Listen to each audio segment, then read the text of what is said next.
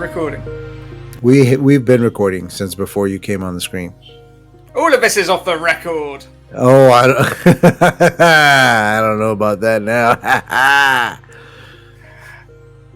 Oh dear, oh dear. I'll bleep the important stuff. That was all good content. I'm not losing all that. No, dude, it's interesting because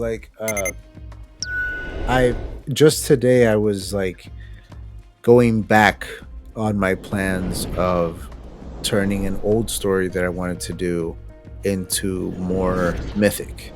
I figure after the 5 books are done, I can just tie it in and make it a prequel or make it a this, make it a that. And just this morning I was like, well, maybe not. Maybe it finish it, move it aside, start something new. I don't know. I don't know what the best course of action is yet. It's still early days. I only have the one book, this one here. I don't know if you've seen the cover. That's the cover. I've got the book. I've read the book. I know. I read the book when it still had the bloody prologue. Yeah. You were there in the early days. You were there in the beginning. Yeah. You've probably read a version that doesn't exist anymore. I don't know if you've read the version that got published. No. Yeah. I mean, if you remember, I read the prologue for this podcast in its earlier iteration, and we did a we did a book swap where you read the prologue to the Murder Rift, and I read the prologue to Mythic Shadows of the Spark. Mine was significantly longer than yours, if I remember correctly. That's what she said. And it's true though. And it was when we first met, and I was far too shy and polite to say anything critical. You're still too shy and polite to say anything critical. Yeah, but at least now I'll go and whisper about it with Richard behind your back. Well, why don't you just tell me the truth?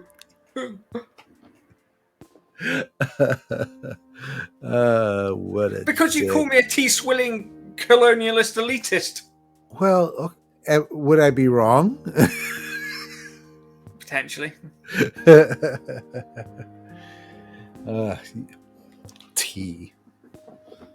Almost late to my show because you had to put the kettle on.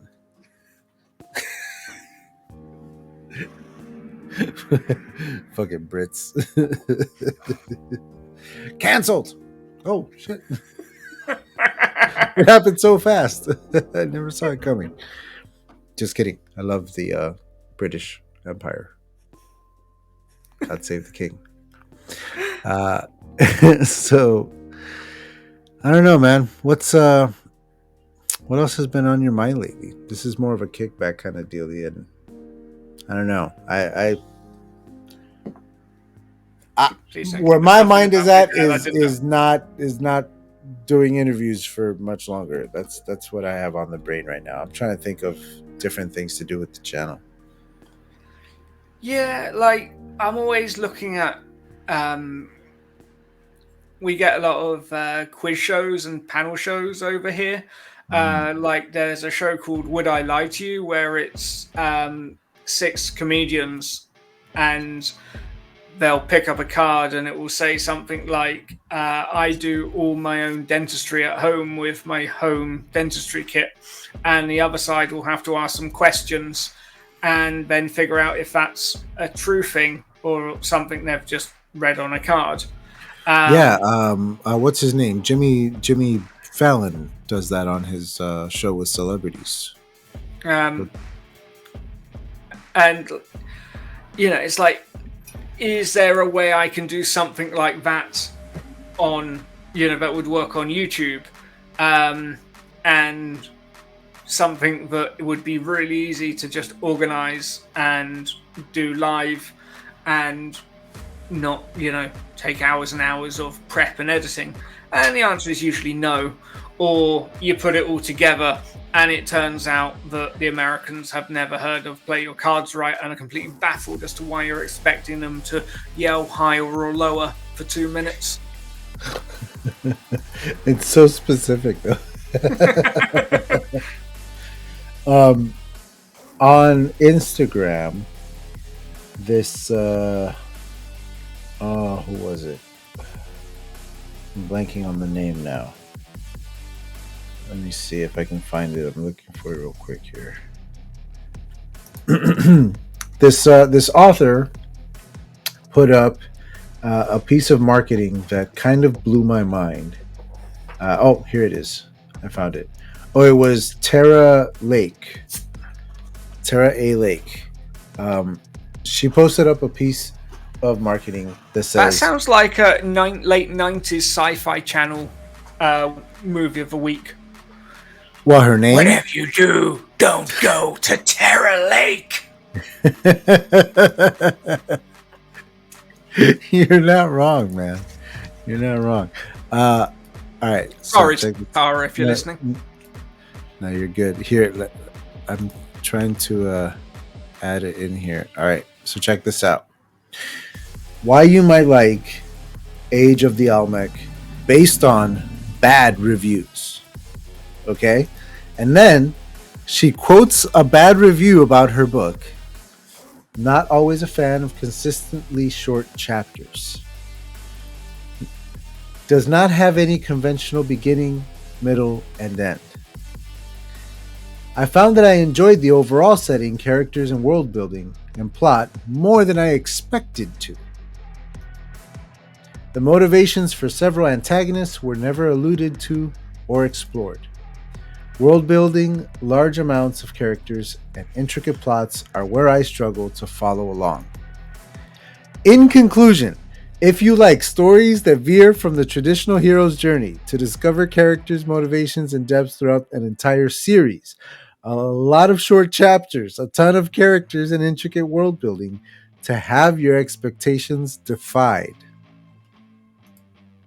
then Age of Almec might be for you. I found that to be such genius marketing, and I told her in the comments, honestly, I was like, I'm ripping this idea off from you, and I hope you won't hate me for it. She's like, go for it. I'm like, this is genius. Take your bad reviews and use them to sell your book to people who would like the things that those people didn't like. Genius. Yeah, it can work really well if you get just that sort of critique. If they come in and go, I spelled the words wrong, it doesn't work so well. No, of course not. But you're the one making the marketing, Martin. You can pick the quotes to use. You don't have to use the bad ones. That were the ones that were written badly. Felix, close the door, buddy. They open the door, but they don't close it afterwards. Anyway, so I wanted to share that with you because I'm definitely going to be using that, and it just kind of opened my eyes to, the possibilities of different ways to do this thing. I find it really funny. You get these pictures or GIFs of the book cover, and then lines coming out of it with all the different tropes. And it used to be that people would say tropes as an insult. And like, oh, hack writers using tropes. And now you've got readers coming along going, yes, I would like these tropes, please. Yeah, it is interesting. Although I think that somewhere along the line, the readers drew a line between tropes and cliches. Mm-hmm. And they decided the term trope is not inherently negative. It just means a thing that happens typically in this genre. Yeah. When it becomes a cliche, that's when it's a negative thing. When it happens very often and now it's not cool anymore and it's annoying, or it's, it's hacky, it's considered, so there's a difference, I think, for readers. And you're right, though. It is very interesting how they're just like, I would like to read this exact thing over and over again, please. Give me more of that. I think it's something you get a lot more in romance, and you get a lot more romance readers who read very, like, I think the book you get it there because there's more of a there's more of a like a kink factor involved in romance reading, right? Like, you know, like what Yeah, you that can like. happen as well. Yeah, so like that I think that's where that comes from there. Hmm. But I see it happening a lot in fantasy. I feel Yeah, like fantasy readers are really into their tropes and like found family and you know this like that they're looking for a specific kind of adventure, a specific kind of journey. and when you were saying like, what's my one bit of marketing advice? It is make it abundantly clear what your book is. And when I was coming up with the title for Pulsar Sky, I Mm, wanted a word that just said sci-fi without saying sci-fi. So if you're browsing in a bookshop, then instantly you know this is a space adventure from that one word. Like before your brain has consciously acknowledged what it's seen, it's already made that connection. yeah, genius. And you get people who will they'll use words that aren't trademarked or aren't copywritten, but they're from like bigger franchises. Like sci-fi books will use Federation, Mm, because there's a Federation in Star Trek. yeah, Um, or like people will take words from really successful books and use that in their title. So they get a bit of SEO game going on. And if you can do it in an organic way, that can really help give you that little leg up that you need marketing an indie book. Because like it's the same with if you're doing any sort of advertising, you need that instant recognition so that people stop and look at what you're saying. yeah. And you know, I think that whatever I do next after Mythic is probably going to be something more along the lines of what you're doing now. You know, this kind of like more genre centric kind of Mhm. writing. You know, niche. Um, because I feel like Mythic is my big like everything in the kitchen sink kind of thing, where I'm writing the kind of story that I would love to read. And then Mhm. I think once I have that whole thing out of my system, I'll be able to crank out some more like quickly written, shorter stuff of like, hey, this is a straight up sci-fi thing. This is a straight up fantasy thing. This is a straight up, you know, whatever. I hope to get there someday because I want to be able to crank out a lot more stuff a lot quicker. But I love these big like showcase, you know, projects, Mhm. and the idea of the series having an evolution to it, having an arc, is really fun for me. The first book being this crime thriller, the second book being more of a action adventure, you know, big, you know, questy kind of thing. Mhm. The third book is going to be more space war kind of stuff, kind of McMurdo war kind of stuff in that third one. Yeah, we sort of look at ways of making each book be its own, like not its own genre, but sort of have one foot in a Its different own genre. Like, identity.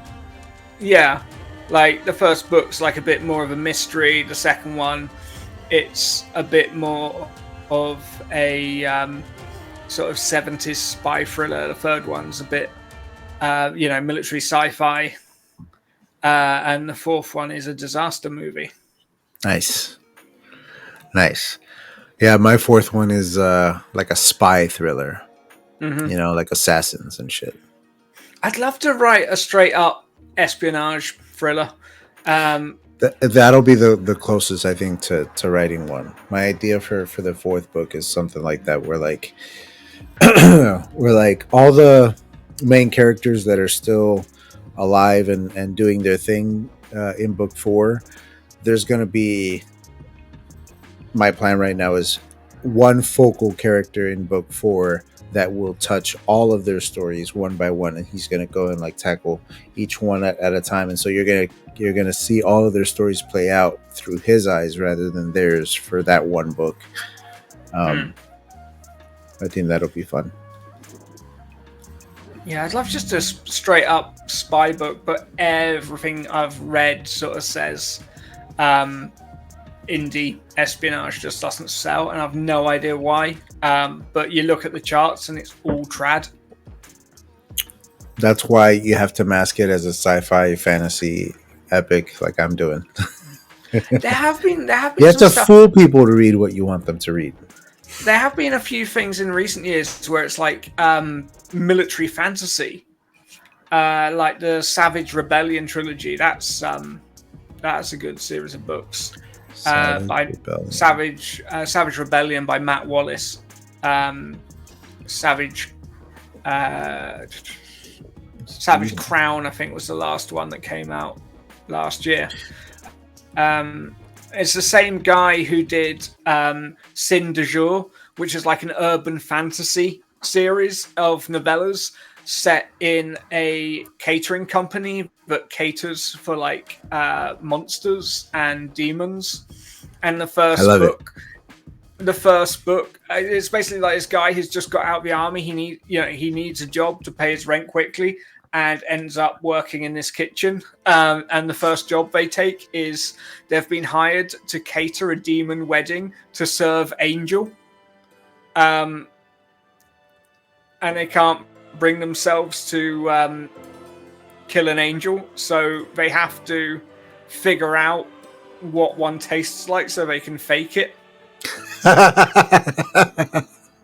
How do you find out what one tastes like? That sounds so like Good Omens, like quirky, fun, blasphemous. Yeah, it's a really fun series and well worth checking out. It's one of those things where you just like, because I think it was Tor published them, and you're just like, oh my god, how did this not blow up? Because it's brilliant. Why isn't this a TV show? Because this would be on like Stars or something, being watched by like 5 people who love it. I don't know. It might even be more like a BBC kind of dealy. It's giving me Doctor Who vibes a little bit. It'd be interesting. That's fun. I actually gave my sister Priory of the Orange Tree for Christmas on your recommendation. Oh, I don't know why I haven't read it yet, but it's it's got a very good reputation, and from what I understand, it's very good and not as long as it seems. Apparently, the formatting of the book makes it look bigger and thicker than it is. That would be a good negative review to use as an ad. Right? You can actually read it in much less time than you think. Well, dude, anything else that you wanted to cover on these shows before we wrap it up? We still have a few minutes left. I want to make sure that you get everything. We should out go there. for another 15, and then you can remove the stuff where I didn't know it was being recorded. And I talked about projects that haven't been announced yet, and will get myself into trouble. Fair enough. I mean, we'll go the other 15 anyway. I was gonna cut that stuff out anyway, man. You're fine. That's why I've not been on my game, because I've been terrified of announcing. Oh no, you're good. Gonna lose me a job. No. You're good. I'll start. Yeah, I definitely said some things that you can't play. It's all staying. It's all in forever. I'm glad I asked, because I was about to just tell you what happens in book 4 as well, and that would have I'd have had Malcolm on the phone then. Is there any genre you want to write that you like? You don't know that it's necessarily your thing, but you'd love to have a play at it? I don't know, man. I mean, if it's not my thing, I can't see myself being drawn to it at Or not all. your But usual thing, but is there anything you are drawn to that well, I isn't? mean, um, so ultimately, the big dream, if I'm really being honest, is to like someday be a showrunner on a TV show. I would love to showrun Yeah, my that's own everyone's show. dream. No, that's my dream, and and it is a secondary dream to being a full time novelist. I do want to be a full time author first, but those are the stories that I love the most. Is the ones that I can push play and watch and then turn off and you know and go to bed or whatever it is. Like for some reason, that's just my preferred format. So to do any kind of show like that would be really cool, but I really like just really cool like crime dramas, something full of like thrills and stuff. There's obviously some crime thriller stuff in this, but it's also a big sci-fi fantasy. Like there's a lot going on in there. I can't, you know, outright say that this is just a crime thriller.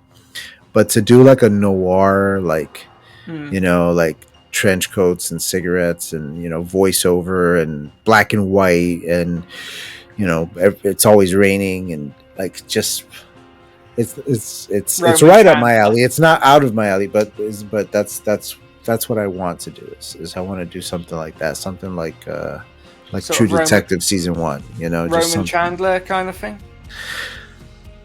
Well, no, more like again like True Detective season 1, like this kind of just kind of dirty, gritty, realistic, but like hard, but the heart is still dirty.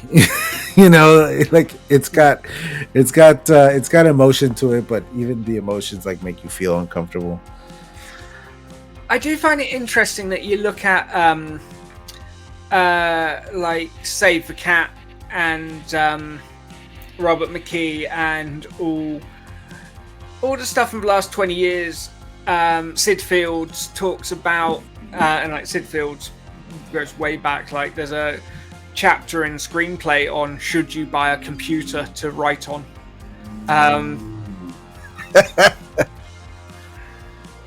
And it all talks about how you have your character and they have their arc, and like they drive the story, and that's true and works very well, and I'm sure is something that we've all included in our books.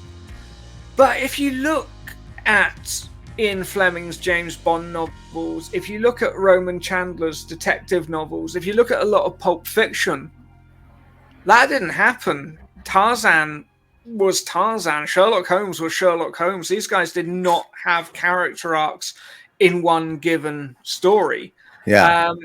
And it's kind of interesting to sort of look at that and see what changed. And you know, I think it's kind of interesting to sort of look at old movies, look at old books, and try and figure out what that would look like. I mean,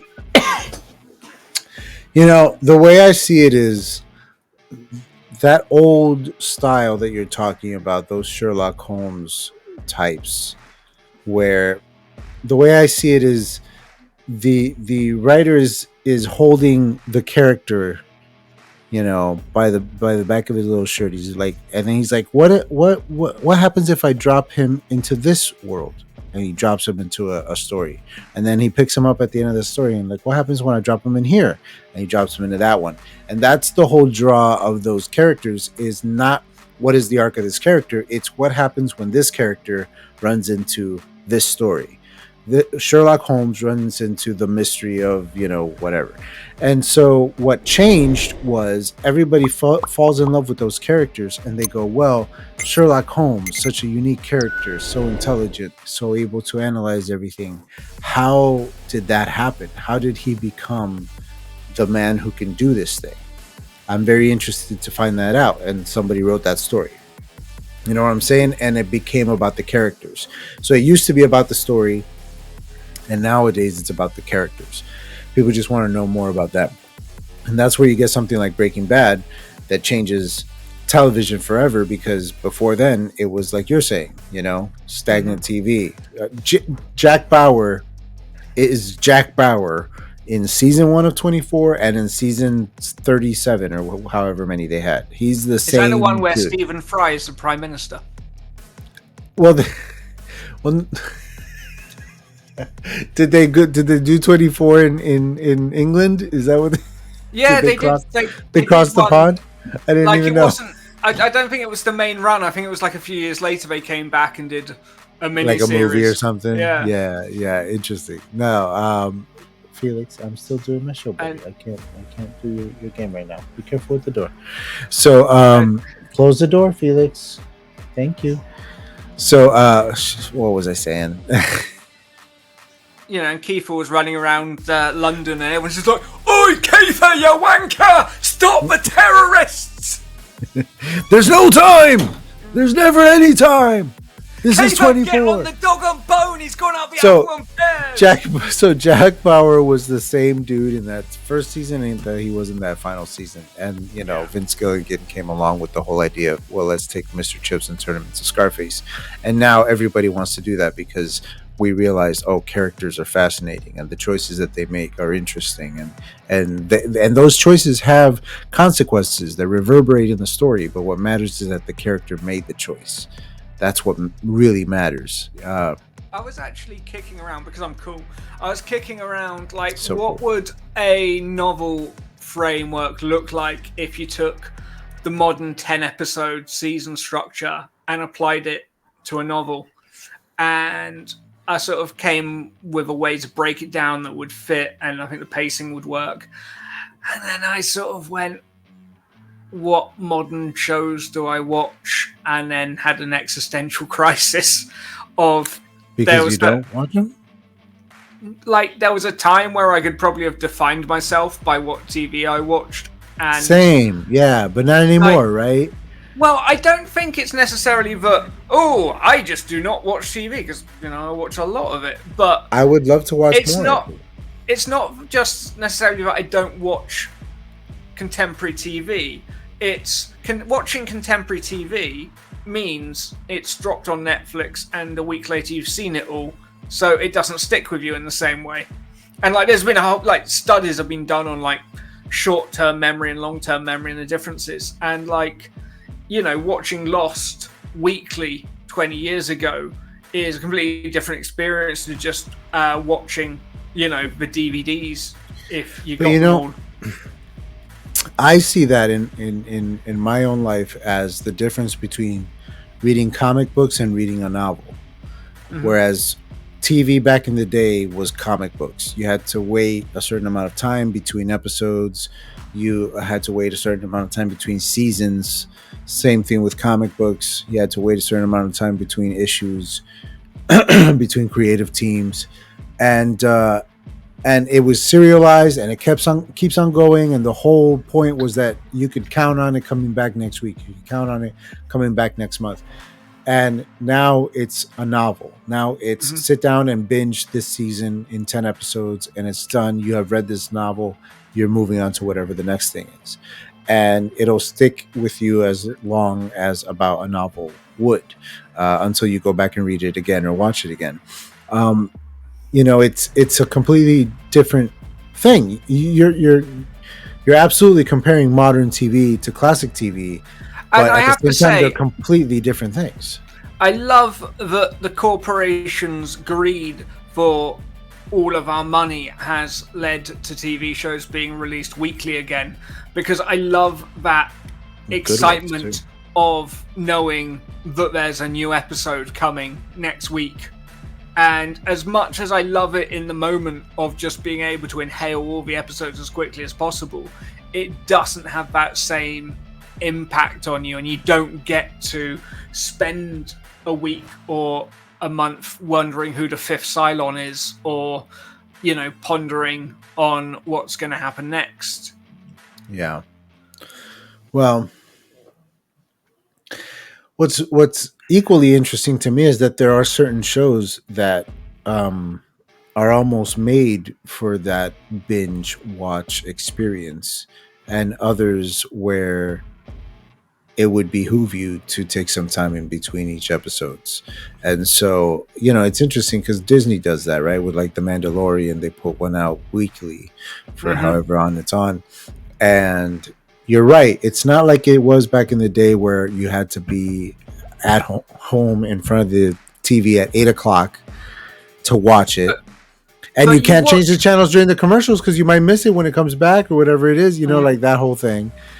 and Now, you watch shows like Lost and 24, and like I distinctly remember going, "Oh, they're changing how this is written because they know people can get it on DVD or catch up online."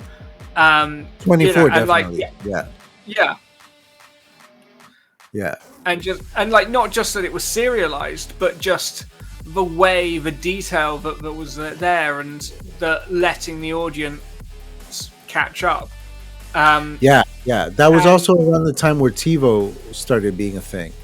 Mhm. Lost was right around TiVo. So people were rewinding to see things again, to look deeper at the stuff in the background. And so, yeah, they definitely uh, learned that during the crafting of those shows and played to it. Absolutely. Absolutely. That was also when all these shows were like playing with multi-platform media, where like Heroes was also doing uh, digital comic books and Mhm. shorts, and Lost was doing shorts. These little vignettes that they would put out and stuff. It was interesting. It was like the Wild West of the internet meeting TV. Yeah, and like they were trying to do webisodes. What happened to Webis- webisodes? webisodes. Webisodes. All right, bro. Well, this has been a delight as always. As you know, I'm a fan. I love your writing. I can't wait to see your solo stuff. I'm very very excited about that. Now that so many of my interview shows and other shows are dying on the channel, I'm going to have a lot more time for reading, and I'm going to finish this series, not just this book, but the series. So get book 4 out ASAP, my friend, because I'm It's coming. coming. All right. Go ahead and plug whatever you got to plug for anything coming up down the road. If you've got something, do it now. Yeah, if you check out youtube.com/Faldor, I have a video out on Friday discussing why authors should be using threads as a social media platform. It's not a position I ever thought I'd find myself taking, but I've been having a lot of fun there, and I think it's a good place for authors to be hanging out. I have enjoyed what time I have given to that app as well, so I'm definitely going to be paying more attention to it for sure. For sure, it feels like the community on TikTok, but I don't need to know how to make amazing videos. I can just post a thread. It Like, feels like I'm getting the experience that people said they were getting on TikTok a year ago, and I never did. You, not a fan. As for me, go get my book. Review it, please. I need reviews on Amazon, on Goodreads. Please, please, please review. If you do not have money to buy this book, there is a free review copy available through Story Origin. If you need help grabbing that, and there should be a link in the description down below. I'll double check, but if there's not, just contact me and I'll hook you up. All right, y'all. Thank you so much. Thank you, Martin. Till next time. Adios. cheers.